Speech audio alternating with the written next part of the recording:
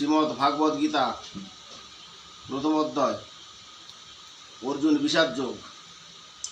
ধৃতরাষ্ট্র কহিলেন, কুরুক্ষেত্র ধর্মক্ষেত্রে একত্র হইয়া পরস্পর ঘোরতর সমর লাগিয়া আমাদের পক্ষ আর পাণ্ডু সুতগণ কি করিল হে সঞ্জয়, কহ বিবরণ। সঞ্জয় কহিলেন, নিরকি পাণ্ডব সৈন্য বহু বিরোচন, কহিলা আচার্যে গিয়ে রাজা দুর্যোধন। দেখো গুরু পাণ্ডবের মহাসৈন্য জয়, ধীমান তোমার শিষ্য দ্রুপদ তনয়, বহু বিরোচিয়া রক্ষা করিছে কেমন, আচার্য অগরী সেনা কর দর্শন।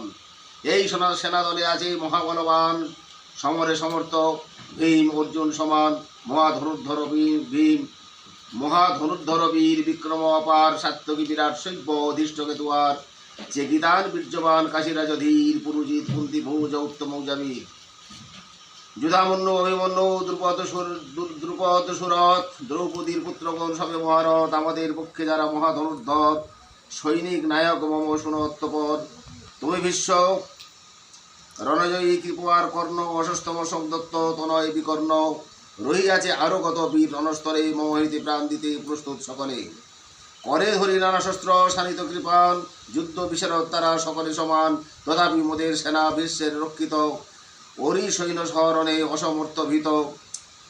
ভীমের রক্ষিত কিন্তু সেনা সমুদয়, কুরু সৈন্য শনেরণে সমর্থ নিশ্চয়, সর্ব ভূধারে থাকি নিজ নিজ স্থানে, বিশ্ববীরে রক্ষা করো সবে সাবধানে।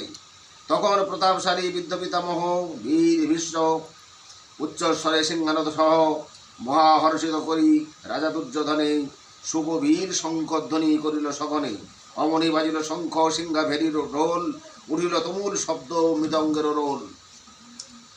বসিয়া শ্বেতাশ্ব রথে কৃষ্ণ ধনঞ্জয়, অত্তপর বাজাইল দিব্য শঙ্খদ্বয়, পাঞ্চজন্য শঙ্খবাজি ঋষিকেশ করেই, দেবদত্ত শঙ্খ পার্থ বাজান সমরেই, মধ্য পাণ্ডব ভীমকর্ম রণেই, পৌণ্ড নামে মহাশঙ্খ ঘোষিল সঘনেই, বাজাইল হরিদলে করিয়া অধীর, অনন্ত বিজয় শঙ্খ রাজা যুধিষ্ঠির, সুঘোষ নকুল শঙ্খ বাজে উচ্চস্বরে, বাজিল মণিপুষ্পক সহদেব করে, ধনুর্ধর কাশীরাজ ধৃষ্টদুম্ন আর দ্রুপদ ভূপতি যত, দ্রৌপদী কুমার শিখণ্ডী বিরাট আর সাত্যকী দুর্জয়, মহাযোদ্ধা অভিমন্যু সুভদ্রা তনয়, রাজবংশে বীরগণ মিলি ঘোর রবে, পৃথক পৃথক শঙ্খ বাজাইল সবে। সেই শব্দ ক্ষিতিবোম ধ্বনিত করিয়া বিদীর্ণ করিল যত, কৌরবের হিয়া উদ্যত বিপক্ষগণ শস্ত্রপাত তবে, ধৃতরাষ্ট্রপুত্রগণ প্রস্তুত সমরে, নিরকি গান্ডীব ধনু পরি উত্তোলন, ঋষিকেশে পার্থবীর কহিলা তখন। অর্জুন কহিলেন, অচ্যুত যাবৎ আমি নিরকি হেতায়, বীর যত উপস্থিত রণকামনায় সমর করিব, কোন বীর গণশনে কৌরব পিতার্থী যারা সমাগত রণে, যাবৎ সেই সুরগণে করি নিরীক্ষণ, দুই পক্ষ মাঝে রথ পর সংস্থাপন। সঞ্জয় কহিলেন, হে রাজন, অর্জুনের এই বাঞ্ছা জানি, উভয় সেনার মধ্যে দিব্যরথ আনি,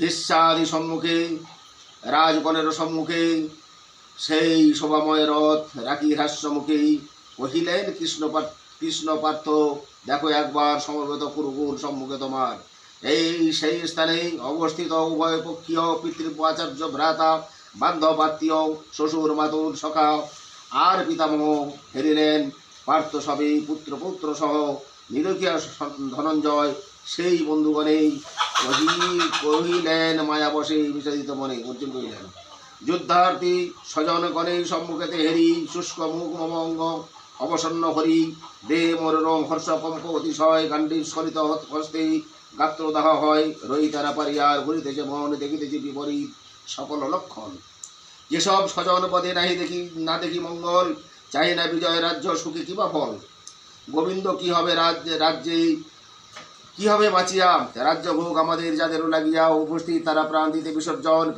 পিতামহ পুত্র পৌত্র শালক স্বজন, পিতৃব্য শ্বশুর গুরু মাতুলাদি যত,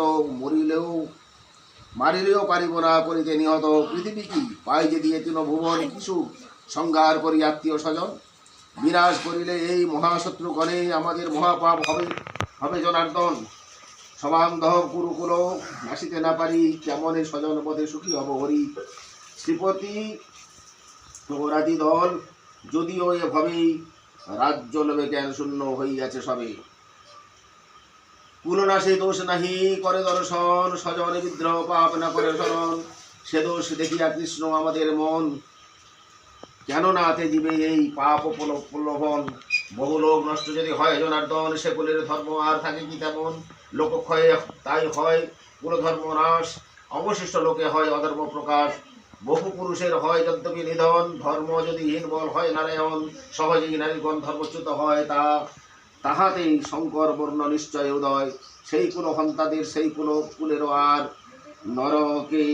নরকেরও তরে হয় সেই ভ্রষ্টাচার।